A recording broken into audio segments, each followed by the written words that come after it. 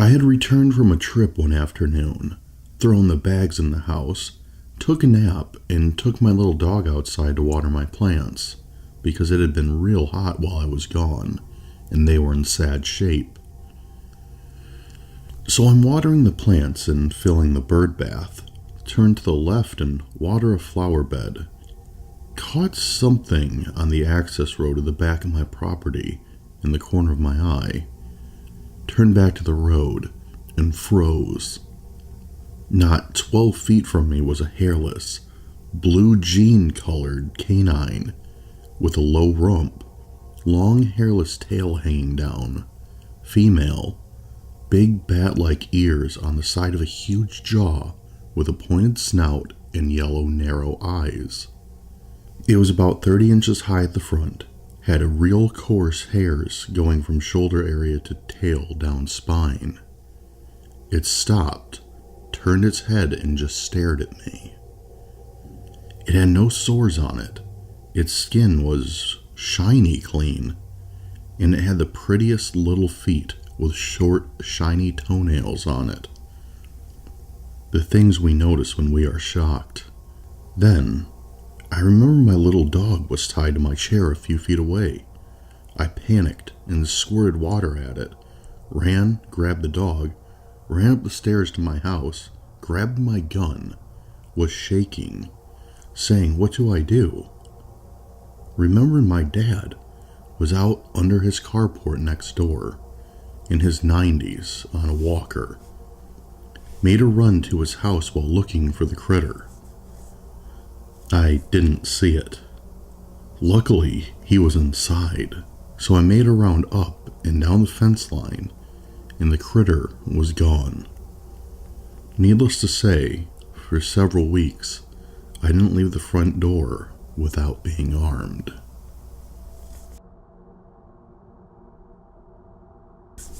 When me and my sister were 12 and 14, we went on a later afternoon walk in the woods behind my grandmother's house. About half an hour in, we kept hearing what sounded like fast-paced walking, but it was coming from the right, the left, and ahead of us. We then heard the strangest grumble and squelk, like a big belly rumble, then like a yelp. It was very loud and made us decide to go and see if we could hear what it was coming from. It was getting a bit dim, and the further in we got, the darker it became.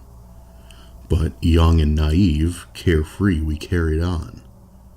Again, kept hearing the noise of walking, like the leaves crunching in twigs, yet could not see a thing. Then all of a sudden, we both saw, quick as a flash, run across in front of us what we still to this day can only describe as a large, about the size of a greyhound dog, a large creature. It was dark, black, brown with no markings on it. It was kind of hunched over with a hunched back. No tail, well, not that we saw, and covered in hair with an ape-type face. It moved so quick and darted towards a large overgrown bush area. We were both frozen, and I grabbed her hand and ran. Still to this day, I have no idea what the heck it was. It was like an ape, dog, wolf all in one. I know it sounds way strange. Needless to say, no one ever believed us. But we know what we saw, and it was like no animal we have ever seen, ever. We live in the UK, and it's not like there are often strange sightings in the area. So, I have no idea. We came to the conclusion it was some sort of inbred creature. I think after years of researching and TV programs and people's stories that there is a lot we don't know about it yet. Even though scientists are discovering previously unknown sea life and creatures of all sorts, chances are there are probably lots of unknown animals and possibly animals breeding with other species and creating new forms of life.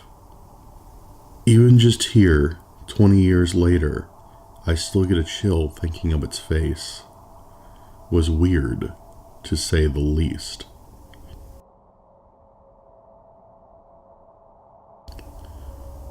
I regularly, usually once every weekend, go on walks in a small section of woods in my backyard. It's not big by a long shot, but I wouldn't necessarily call it small either. Seen countless deer, a bobcat, and a whole bunch of other critters out there. But anyway, back to what I was saying. Since I'm a teen, I have friends over all the time, and we go outside in the woods regularly on the weekends, but usually never hear anything too suspicious. We usually use our reasoning and think of something logical to counter what we heard. This past weekend, it was just me and another friend, and there was something bigger out there than usual. We could hear it stomping around, almost in like a semicircle around us while we were talking. And it occasionally made a very low-pitched moaning type sound, but not very loud. Nothing sounded this big here. The deer are too soft-footed, and all the small cats don't make any noise. It was extremely nerve-wracking, and we honestly didn't know what to do. So we started walking forwards, sideways, to get out of the woods. Eventually, we got out, but not without being scared half to death. It was a mad dash back to my house after that, not looking back for anything. We discussed it when we were back to safety, as to what it could have possibly been, and we just couldn't think of anything rational. Can't stop imagining that awful sound. It gives me chills whenever I think about it. Does anyone have any idea to what it might be?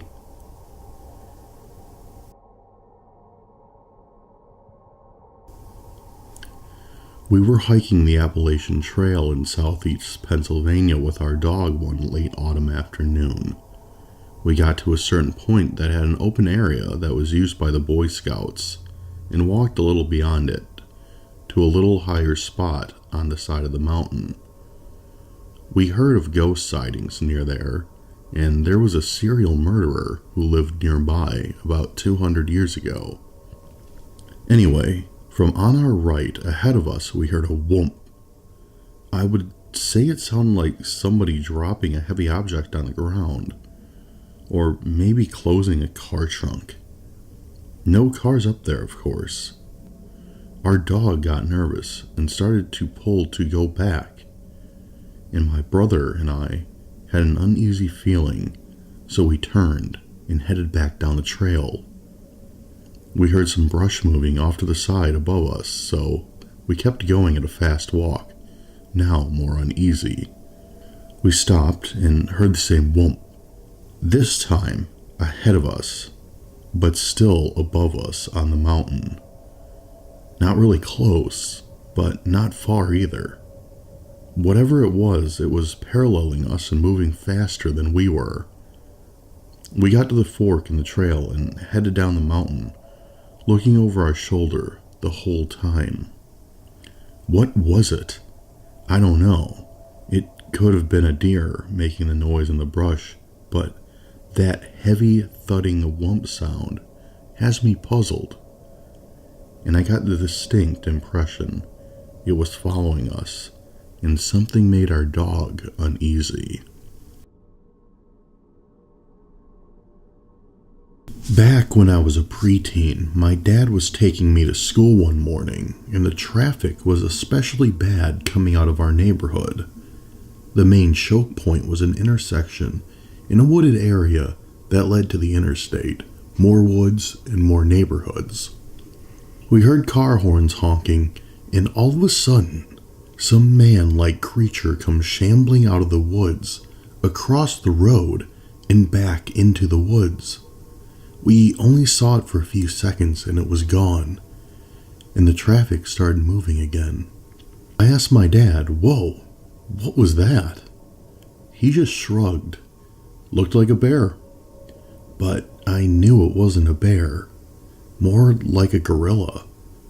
But neither made sense in this area.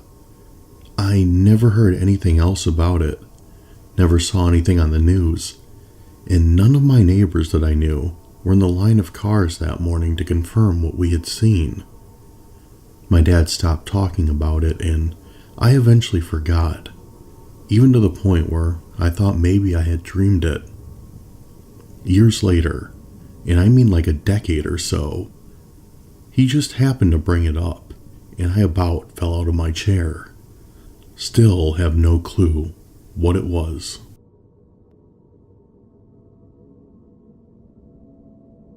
While staying in a motel in Recca, California, in Siskiyou County, heart of Bigfoot country, a group of guests got together for a barbecue.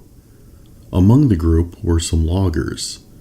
They told us a tale that set my hair on end. They had been logging way back in the Siskiyou National Forest in a very remote area in Northern California, close to the Oregon border. By day, they made all kinds of chainsaw and heavy equipment racket at the logging site, and each night they returned to camp.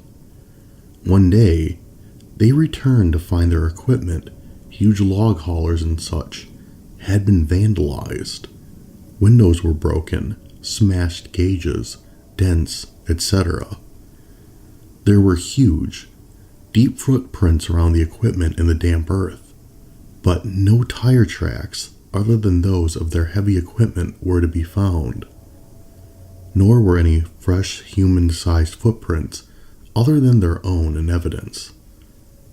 They thoroughly searched the area for any sign of the vandals, but only found broken twigs, a bit of furry hair on a tree branch, and more giant footprints leading off into the woods. Because of the rugged, remote terrain and the extent of damage, they were all convinced that it was Bigfoot that did the damage, and they were all positive that Bigfoot exists. I would have thought they were pulling my leg, but their conviction that Bigfoot roams the Siskiyous was so overpowering that if it were a tall tale, they all gave an Academy Award-winning performance.